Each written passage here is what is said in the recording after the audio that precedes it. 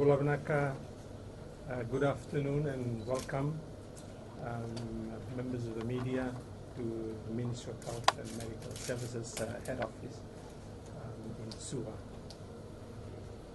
Firstly, I'd just like to state that the overall situation in terms of COVID-19 outbreak infection in Fiji remains the same. There is no new cases since the Honorable Prime Minister's statement yesterday. The government will inform you as soon as possible if this situation changes. So we are encouraging people not to share rumors or misinformation of any new cases. We encourage members of the media to continue to obtain information from credible sources, such as the Fijian government website, social media pages, the Ministry of Health website, and definitely the World Health Organization source of information. I'd also like to state here the importance of patient information confidentiality.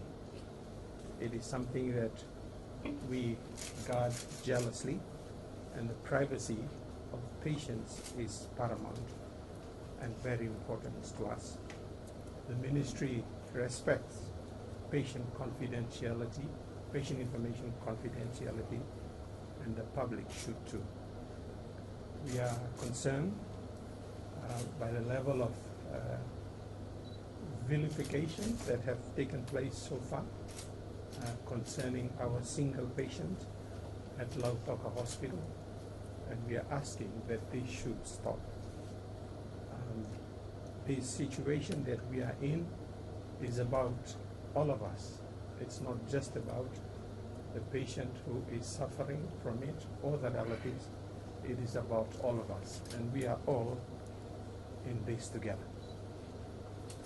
As part of our Ministry of Health's response, in addition to the measures that you would be aware of now that the Honourable Prime Minister has put in place, the Ministry of Health has set up fever clinics, which plays an important role in our response to the COVID-19 outbreak. The fever clinic are set up. We have started 2 clinics in Lautoka, which are now operational, and we intend to increase this number as well as roll it out to the rest of the country. The purpose of the fever clinic is to just increase our capability to be able to identify people who have potential, and it certainly allows more access for members of the public to be able to get to a facility where a health staff is without having to visit that hospital and get someone to have a look at them, test them, and confirm that they do not have the disease. Only people with symptoms are anticipated to be coming to these fever clinics, and through the work of the people who will be, health staff who will be operating the clinic, we will be able to identify whether they have or do not have the disease and the necessary treatment that they need to undergo. I will now hand over to Dr. Aalisha to talk about our current work on contact tracing. Thank you, Dr. Tudravu. You may have heard a lot about contact tracing and how important it is in terms of catching cases early and containing this disease. So once we had a confirmed case of COVID-19, as you know, that was announced yesterday by the Honourable Prime Minister, our teams have been working very hard to get into contact with the people who we classify as close contacts of the cases. I think I need to define a bit what we mean by close contacts, because we've had a lot of very anxious people calling up and saying, I know this person, I saw this person on this day, you know, I'm worried that I may have caught the disease. So a close contact is somebody who's spent about 15 minutes or more face-to-face with this person during the infectious period, or someone who's spent 2 hours, 2 hours within the in a closed confined space. You know, this could include a doctor's surgery or something similar. Excuse me.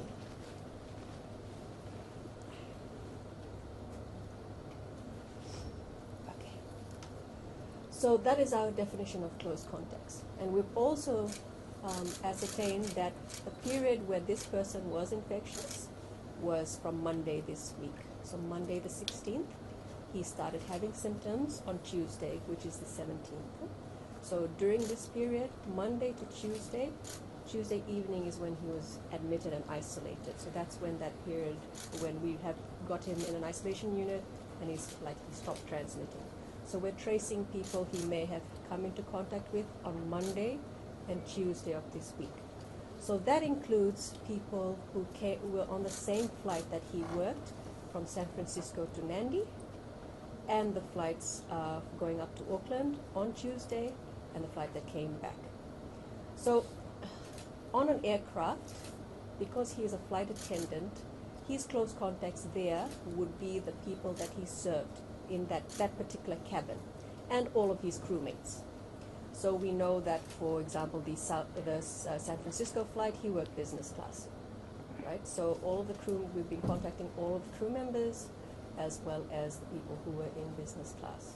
We're also contacting the other people on the flights, but we do not consider them as a higher risk. On the Auckland flight, we know that he worked both economy and business, so we're contacting everybody on that flight.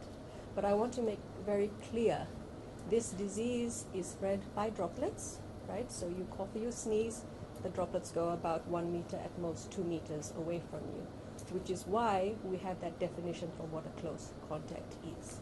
So our team's working very hard to, right now, contact all of these people that we think may be close contacts.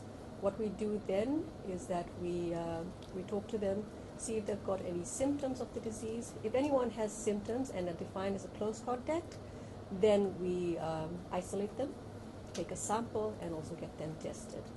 The rest of them, if they have no symptoms, are completely well, we will monitor them for 14 days, and they're also told to self-quarantine at home.